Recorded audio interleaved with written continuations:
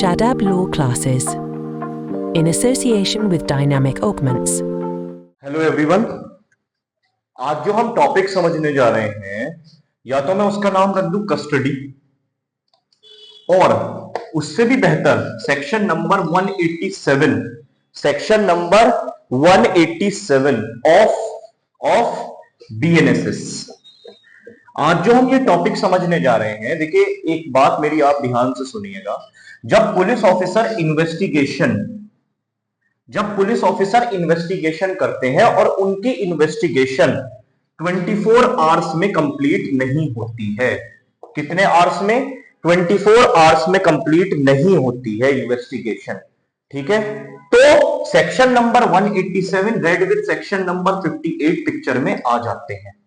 When investigation is not completed within 24 hours, procedure when investigation cannot be completed within 24 hours, इसे हम समझने की कोशिश करेंगे आज। ये हमारा टॉपिक रहेगा, ये हमारा आज का टॉपिक है।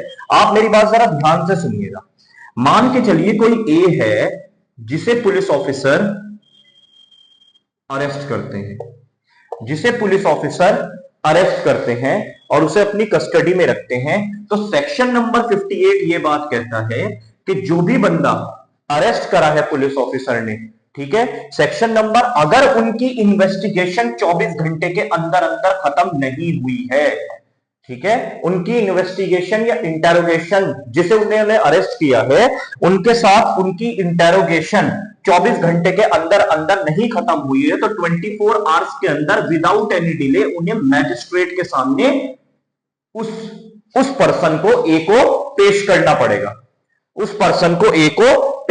पड़ेगा, ठीक है जी। अब जो पेश होने के बाद की कहानी है वो सारी की सारी दे रखी है 187 के अंदर, बीएनएसएस के, ठीक है, 187 के अंदर, भारतीय नागरिक सुरक्षा संहिता के बीएनएसएस के 187 के अंदर दे रखी है कि 24 घंटे के अंदर अगर इन्वेस्टिगेशन खत्म नहीं होती और मैजिस्ट्रेट के सामने उसको पेश कर दिया जाता है उस पर्सन को, तो उसके बाद का प्रोसीजर क्या होगा। तो प्रोसीजर, यही 187 की हेडिंग भी है, procedure when investigation is not completed in 24 hours, ठीक है, ओके जी। आगे समझने की कोशिश करते हैं। देखिए सेक्शन नंबर 187 ये बात कह रहा है, जब कभी भी पर्सन को, मान के चलिए ए पर्सन जिसे पुलिस ऑफिसर ने अरेस्ट किया था, उसे मैजिस्ट्रेट के सामने पेश किया जाएगा। उसका रीजन ये है कि क्या 24 आवर्स के अंदर पुलिस वालों को ये पता लग चुका है कि हमारी इंटेरोगेशन और इन्वेस्टिगेशन अभी खत्म नहीं हुई है, ठीक है जी। तो 24 आवर्स के अंदर ए पर्सन को मैजिस्ट्रेट के सामने पेश करेंगे। और उनका रीजन क्या है मैजिस्ट्रेट के सामने पेश करने का? मैजिस्ट्रेट के सामने पेश करने का उनका सबसे बड़ा रीजन ये है कि वो कस्टडी सीख करना चाहते हैं। क्या सीख करना चाहते हैं? कस्टडी सीख करना चाहते हैं मैजिस्ट्रेट से। कौन सी कस्टडी? Police custody. कौन सी कस्टडी? पुलिस कस्टडी सीख करना चाहते हैं मैजिस्ट्रेट से। वो चाहते हैं कि मैजिस्ट्रेट से वो सीख करते हैं 24 घंटे रखने के बाद, क्योंकि उसके बाद तो रख ही नहीं सकते। तो पुलिस वालों को फर्दर पुलिस कस्टडी अगर चाहिए है तो वो कौन दे सकता है? केवल और केवल मैजिस्ट्रेट साहब दे सकते हैं। मैजिस्ट्रेट से वो सीख करेंगे, एरिया मैजिस्ट्रेट से वो सीख करेंगे कि भाई साहब हमें कस्टडी चाहिए इसकी, ठीक है, कस्टडी चाहिए है। तो मैजिस्ट्रेट क्या करता है? इसके अंदर कितने दिन की? 15 डेज तक की पुलिस कस्टडी दे सकता है, या तो होली पूरी की पूरी 15 दिन, या फिर पार्ट्स में, या तो होली या फिर पार्ट्स में, ठीक है, कि भाई 2 दिन की दे दी, 3 दिन की दे दी, 5 दिन की दे दी, टोटल मगर 15 दिन की ही पुलिस कस्टडी दे सकते हैं आप। तो ये है सेक्शन नंबर 187 के अंदर मैजिस्ट्रेट क्या से, वो पुलिस ऑफिसर क्या सीख करता है? Police custody. अब आगे फर्दर समझने के लिए अब हम समझते हैं, जरा ध्यान से सुनिएगा। ये 15 डेज पहले क्या था सीआरपीसी के अंदर, क्रिमिनल प्रोसीजर कोड के अंदर, ध्यान से सुनिएगा। जैसे मान के चलिए ये टाइम पीरियड है, यहां पे किसी ए बंदे को अरेस्ट करा गया, जिस दिन अरेस्ट करा उसके इनिशियल 15 दिन, इनिशियल 15 डेज, इनिशियल का मतलब मान के चलिए 1/1/2024 को अरेस्ट करा गया, ठीक है, 15/1/2024 तक, ये जो 15 दिन है शुरुआत के 15 दिन है, 15 डेज जो इनिशियल 15 डेज हैं, उसी में ही पुलिस ऑफिसर को कस्टडी मिलती थी। उसके बाद पुलिस ऑफिसर कस्टडी सीक नहीं कर सकते। मान के चलिए इसके अंदर मैजिस्ट्रेट ने सबसे पहले उन्हें 5 दिन की पुलिस कस्टडी दी, तो अब उनके पास आखिरी के 10 दिन बचे हैं, बस ये वाले 10 दिन बचे हैं। मान के चलिए इसके बाद मैजिस्ट्रेट ने कभी कस्टडी दी ही नहीं उन्हें, पुलिस कस्टडी, और ये 10 दिन गुजर गए, तो ये गुजर गए तो गुजर गए।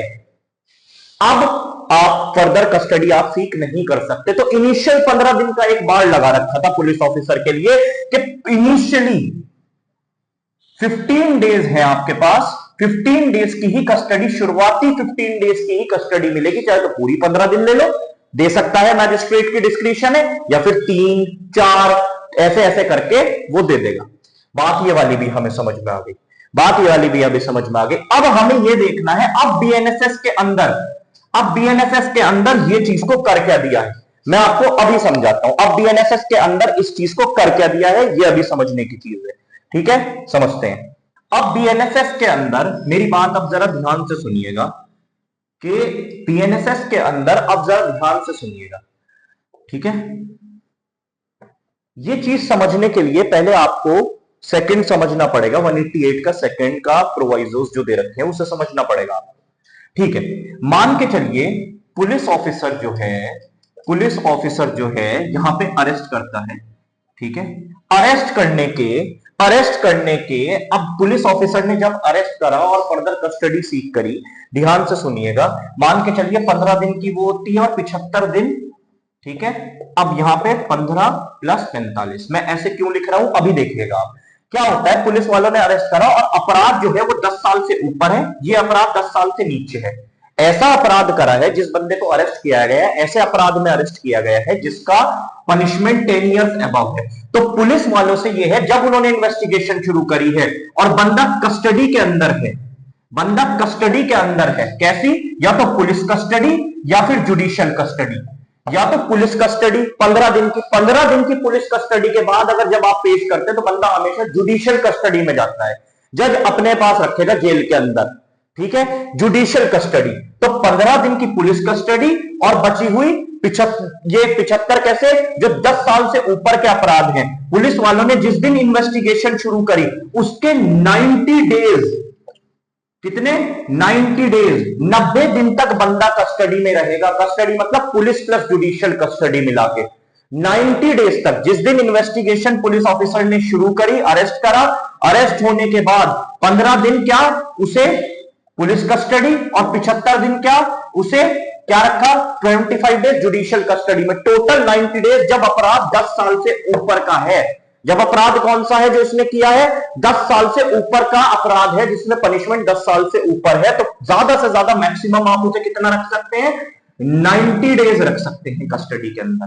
कितने देर रख सकते हैं, 90 डेज। याद रखिएगा 90 डेज कस्टडी बोल रहा हूं, पुलिस कस्टडी या जुडिशियल कस्टडी नहीं, दोनों मिला के 15 + 75। अब ये 15 ऐसा भी हो सकता है, आपको पता है 15 में डिस्क्रिशन है मैजिस्ट्रेट का, 15 में मान के चलिए 5 दिन उसने वो दी पुलिस कस्टडी, बचे हुए 85 दिन की जुडिशियल कस्टडी रखी उसने, या फिर 15 दिन की पुलिस कस्टडी रख दी, 75 दिन की वो हो गई। तो आपका 75 + 15 कितना होता है, ये होता है 90 डेज, या फिर 5 + 85 तब भी 90 डेज। तो 90 दिन का टाइम पीरियड दे रखा है पुलिस वालों के लिए 10 साल से ऊपर के अपराध में कि उन्होंने क्या करना है, चार्जशीट लगानी है। क्या 90 दिन के अंदर यहां पे पुलिस रिपोर्ट लगानी है, चार्जशीट लगानी है बंदे के खिलाफ। अगर 90 डेज गुजर गए कस्टडी के अंदर और अभी तक चार्जशीट नहीं लगी है तो बंदे की राइट बन जाती है बेल की, जिसे हम कहते हैं डिफॉल्ट बेल। कौन सी bell, default bell. Default bell मैंने एक शॉर्ट वीडियो बनाई थी, शॉर्ट्स बनाए थे यूट्यूब शॉर्ट्स में, मैंने समझाया था टाइप्स ऑफ बेल, उसका लिंक भी मैं डिस्क्रिप्शन में डाल दूंगा यहां पे, तो वो भी आप देखिएगा। एक तरीके की बेल होती है डिफॉल्ट बेल।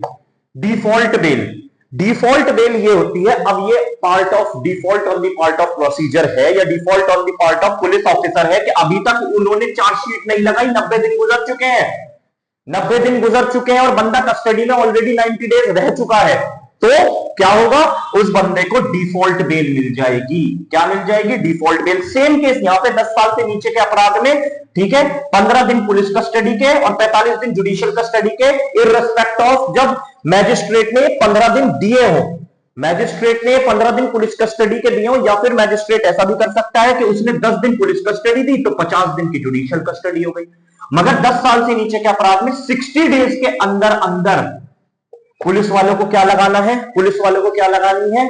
पुलिस रिपोर्ट या फिर police report in the form of chargesheet. Chargesheet लगानी है। अगर चार्जशीट नहीं लगाई तो 60 दिन के बाद 61वें दिन उसे नहीं रखा जाएगा, क्योंकि उसकी राइट बन जाएगी डिफॉल्ट बेल की। अब मैंने आपको ये चीज क्यों समझाई? ये चीज इसलिए समझाई, पहले इनिशियल 15 दिन ये होते थे, बाकी के जुडिशियल कस्टडी के होते थे 90 डेज। यहां पे इनिशियल 15 दिन ये होते थे, बाकी होते थे 45 दिन। अब ये 15 में तो आपको पता है डिस्क्रिप्शन ऑफ मैजिस्ट्रेट है ही, अब मैंने समझा दिया है। 15 में 5 भी हो सकते हैं, 10 भी हो सकते हैं, 12 भी हो सकते हैं, वो डिस्क्रिप्शन है कि वो कितने दिन की पुलिस कस्टडी देता है, कितने दिन की पुलिस कस्टडी देता है। अब मैं आपको समझाता हूं अब क्या हो गया है। वो जो मैंने पहले बात समझाई थी वो इसके बाद ही समझाई जाएगी। क्या हो गया? 90 डेज और 60 डेज। मेरी बात को अब आप दोबारा समझिएगा। मान के चलिए 90 डेज है और ये क्या है? ये 60 डेज है। अब आपको पता ही है 10 साल से ऊपर वाले अपराधों के लिए, 10 साल से नीचे वाले अपराधों के लिए। अब मैं इसीलिए मैंने 90-60 इसीलिए लिखा पहले, क्या आपको क्लियर अंडरस्टैंडिंग हो जाए कि मैं बताना क्या चाह रहा था, तो वो आपको पहले ही समझा दी। अब ये जो इनिशियल 15 दिन थे कस्टडी के, पुलिस कस्टडी के, इनिशियल 15 डेज थे पुलिस कस्टडी के, अब ये इनिशियल की जगह उन्होंने एक बार लगा दिया है कि 90 डेज के केस में, 90 डेज के केस में पुलिस वालों के पास जो टाइम है वो है 60 डेज।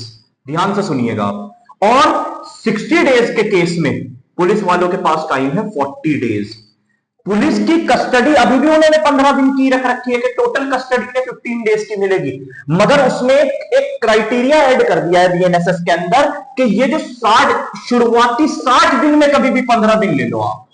पुलिस वालों को कह रहे हैं शुरुआती 60 दिन में, 90 डेज के केस में शुरुआती 60 दिन में, जो शुरू के पहले 15 ही दिन था, अब उसे एक्सटेंड करके शुरू के 60 दिन के अंदर कभी भी 15 दिन ले लो, और इस केस में 60 डेज के केस में शुरू के 40 दिन में कभी भी 15 डेज ले लो। मैजिस्ट्रेट का वो तो मैजिस्ट्रेट का डिस्क्रिप्शन है कि वो 15 में से काट के 5 ही दे, 60 दे, मतलब 5 दे, 10 दे, 15 दे दे टोटल, वो मैजिस्ट्रेट का डिस्क्रिप्शन है। मगर अब जो शुरुआत के पहले 15 दिन ही रख रखा था कि शुरू के 15 दिन में ही 15 दिन मिलेंगे, ठीक है, अब वो क्या कर दिया गया है? अब वो क्या कर दिया गया है कि इनिशियल 60 दिन में, 90 डेज वाले केस में इनिशियल 60 दिन के अंदर अंदर आप 15 डेज ले लो, पुलिस वालों को कह रहे हैं, और इनिशियल 40 डेज के अंदर, वो इनिशियल 60 डेज वाले केस में इनिशियल 40 डेज में आप 15 डेज ले लो। आई थिंक आपको बात समझ में आ रही होगी, आपको बात समझ में आ रही होगी। तो ये अब सबसे बड़ा एक चेंज है, ये अब सबसे बड़ा एक चेंज है बीएनएसएस के अंदर। ये बहुत बड़ा चेंज है बीएनएसएस के अंदर, ठीक है। पहले जो इनिशियल 15 दिन थे, अब उन्हें इनिशियल 60 डेज में कभी भी 15 दिन ले लो, और इनिशियल 40 डेज में कभी भी 15 दिन ले लो 60 डेज वाले केस में। ये वाली बात भी आई होप आपको समझ में आ गई होगी, ये वाली बात भी आई होप आपको समझ में आ गई होगी। तो ये बहुत बड़ा चेंज है सेक्शन नंबर 187 के अंदर आप लोगों के लिए, ठीक है। फर्दर मैं आप लोगों को एक चीज और समझाता हूं सेक्शन नंबर 187 में जो मोस्ट इंपॉर्टेंट है। अब मेरी बात ध्यान से सुनने की कोशिश करिएगा। क्या कि जो मैंने आपको डिफॉल्ट बेल का कॉन्सेप्ट बताया, मान के चलिए बंदे को पुलिस कस्टडी और जुडिशियल कस्टडी मिला के, पुलिस कस्टडी और जुडिशियल कस्टडी मिला के 10 साल से ऊपर के अपराध में कितने दिन रखा गया? 90 डेज के अंदर अंदर चार्जशीट लगानी है, और 10 साल से नीचे के अपराध में 60 डेज के अंदर अंदर आपको चार्जशीट लगानी है। पुलिस वालों के लिए एक डायरेक्शन है। अब पुलिस वाले क्या करते हैं? 90 दिन या 60 दिन के अंदर चार्जशीट नहीं लगाते, तो क्या अब बंदे को ऐसी डिफॉल्ट बेल मिल जाएगी? कैसी छोड़ दिया जाएगा? नहीं, उसे डिफॉल्ट बेल को, डिफॉल्ट बेल, सबसे पहले उसे बेल की एप्लीकेशन लगानी पड़ती है कोर्ट में, और बेल को करना पड़ता है फर्निश, बेल को फर्निश करना पड़ता है। बेल को फर्निश करने का मतलब बेल बॉन्ड, ठीक है, सिक्योरिटी, या जो भी चीज बेल की रिक्वायरमेंट है कोर्ट के लिए, कोर्ट को जिस भी चीजों की रिक्वायरमेंट लगती है एक बेल के लिए, तो उसे बेल के लिए अप्लाई करना पड़ेगा 91st डे और 61st डे। अगर वो बेल को फर्निश नहीं करता, बेल नहीं लगाता कोर्ट के अंदर, और बेल की कंडीशन बेल को फर्निश नहीं करता, मान के चलिए अब ये 90 डेज था और यहां उसे बेल को फर्निश करनी थी 91st डे पे, वो बेल को फर्निश नहीं करता, 95th डे आ जाता है और इसी बीच में 91st से 95th के बीच में मान के चलिए 95th डे पे पुलिस वाले चार्जशीट लगा देते हैं और वो 96th डे पे कहता है मेरी तो भैया बेल की राइट थी। अब आपकी बेल की राइट जा चुकी है, क्योंकि पुलिस वालों ने, वो तभी से ही वो होगी, वैसे तो 90 डेज है, मगर जब तक आप बेल को फर्निश नहीं करेंगे तब तक आपकी डिफॉल्ट बेल आपको नहीं मिलेगी। इस बीच में अगर पुलिस वालों ने चार्जशीट लगा दी, डिफॉल्ट बेल की राइट गई आपकी, डिफॉल्ट बेल की राइट आपकी गई। अब आपको सेम 60 डेज में भी 61st डे आया, आपने बेल ही नहीं लगाई, डिफॉल्ट बेल की आपने बेल वही नहीं करी फर्निश अपनी, ठीक है। अगर आपने बेल फर्निश नहीं करी और पुलिस वालों ने उस बीच के अंदर अगर वो लगा दिया, क्या चार्जशीट लगा दी, चार्जशीट लगाने के बाद अगर पुलिस वालों ने चार्जशीट लगा दी तो आपकी बेल की राइट गई, तो आपको बेल नहीं मिलेगी। ऐसे केसेस में फिर आपको बेल नहीं मिलेगी तो नहीं मिलेगी, ठीक है। मगर मान के चलिए आपकी बेल की राइट थी, 91st डे था, आपने बेल लगा दी, बेल लगाने के बाद कोर्ट ऑर्डर ही नहीं दे रहा डिफॉल्ट बेल के आपको, कोर्ट कह रहा है मैं तो नहीं दे रहा इसे डिफॉल्ट बेल। आप फिर एपेलेट कोर्ट गए, आप इतने एपेलेट कोर्ट में हैं, ठीक है, आप इतने एपेलेट कोर्ट में हैं, इतने में इस बीच में पुलिस, आप मान के चलिए कोर्ट ऑफ सेशन में है, हाई कोर्ट में, अपने इस ऑर्डर पे, ये जो ऑर्डर है, ठीक है, आप रिवीजन में गए हैं कि भाई रिवीजन में भी ना जाए तो मतलब मान के चलिए आप एपेलेट कोर्ट गए हुए हैं, आपने इस ऑर्डर के खिलाफ अपील लगाई है, जो भी आप गए हैं हाई कोर्ट या कोर्ट ऑफ सेशन, जब आप गए हैं इस ऑर्डर के अगेंस्ट, तो कोर्ट ये बात कहता है कि इस बीच में पुलिस वालों ने चार्जशीट लगा दी, तो और मान के चलिए एपेलेट कोर्ट ये डिसाइड करता है इस ऑर्डर के अगेंस्ट मैजिस्ट्रेट के कि भाई इन्हें बेल दो, डिफॉल्ट बेल। जब आप आए तो 97th डे था, इस बीच में पुलिस वालों ने चार्जशीट लगा चुके हैं, 91st से लेकर 97th डे चढ़ चुका है, इस बीच में पुलिस ऑफिसर चार्जशीट लगा चुके हैं, तो क्या आपकी बेल की राइट गई? नहीं, ये आपकी बेल की राइट नहीं गई है, क्योंकि आपने तो अपनी तरफ से सारी कंडीशन सारी फर्निश भी कर दी बेल, वो तो मैजिस्ट्रेट की गलती थी वहां पे, ठीक है। तो ये तो जेन्युइन रीजन था, तो आपकी बेल की राइट नहीं गई, तब भी आपको डिफॉल्ट बेल दे दी जाएगी, डिफॉल्ट बेल दे दी जाएगी। और ये बेल जो डिफॉल्ट बेल है, ये एक नॉन अवेलेबल बेल की तरह ट्रीट होगी, तो ये जो कैंसिल हो सकती है वो 480 क्लॉज 5 से भी हो सकती है, और ये जो कैंसिल हो सकती है ये कहां से हो सकती है? हाई कोर्ट और कोर्ट ऑफ सेशन से भी कैंसिल हो सकती है, अंडर सेक्शन 483 सब क्लॉज 3 में हाई कोर्ट और कोर्ट ऑफ सेशन से भी कैंसिल हो सकती है, और या फिर नॉन अवेलेबल की जहां से बेल मिलती है 480 क्लॉज 1 वहां कैंसिल कहां होती है? 480 क्लॉज 5, वहां से भी ये बेल आपकी कैंसिल हो सकती है। आई थिंक ये आपको बात समझ में आई होगी।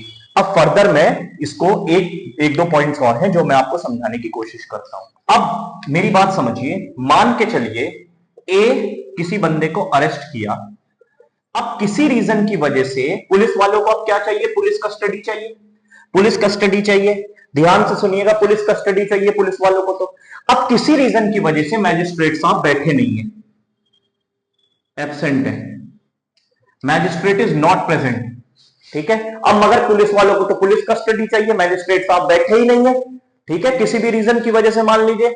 अब यहां रिमांड चाहिए, पुलिस रिमांड, पुलिस अपनी सीख कर रही है, पुलिस रिमांड, ठीक है, पुलिस कस्टडी सीख कर रही है। अब पुलिस वाले क्या करेंगे? यहां पे प्ले होता है एग्जीक्यूटिव मैजिस्ट्रेट का रोल। एग्जीक्यूटिव मैजिस्ट्रेट के पास लेके जाएंगे, जो डीएम एसडीएम होते हैं हमारे, एग्जीक्यूटिव मैजिस्ट्रेट के पास उस बंदे को पेश किया जाएगा, मगर कब? जब मैजिस्ट्रेट साहब प्रेजेंट नहीं है तब। तो एग्जीक्यूटिव मैजिस्ट्रेट जो मैक्सिमम कस्टडी दे सकता है वो दे सकता है 7 डेज तक की police custody. Maximum police custody वो जो दे सकते हैं 7 डेज। 7 डेज के बाद अगर मैजिस्ट्रेट साहब बैठ गए हैं तो उन्हें केस को करना पड़ता है ट्रांसफर, ठीक है, उन्हें केस को करना पड़ता है ट्रांसफर। अब मान के चलिए 7 दिन भी गुजर गए तो भी नहीं बैठे मैजिस्ट्रेट साहब, अब क्या करें? तो फिर से यहां पे आ जाता है डिफॉल्ट बेल का कॉन्सेप्ट, फिर से बंदे को डिफॉल्ट बेल ग्रांट करी जाएगी, क्योंकि मैजिस्ट्रेट साहब अभी भी नहीं बैठे, मगर एग्जीक्यूटिव मैजिस्ट्रेट की पावर कितनी थी? केवल 7 डेज तक की, कि वो क्या दे सकते थे? कस्टडी अवॉर्ड कर सकते थे। अब 7 दिन के बाद, अब वो चाहे जुडिशियल कस्टडी हो या फिर कौन सी कस्टडी हो, पुलिस कस्टडी हो, तो वो 7 दिन तक की ही दे सकते थे बस। भाई वो टोटल यहां अरेस्ट हुए, सीख करी, 7 डेज तक की ही कस्टडी। क्लियर रखना है अपने दिमाग में। उसके बाद अगर फिर भी नहीं बैठे तो डिफॉल्ट बेल बंदे को ग्रांट करी जाएगी।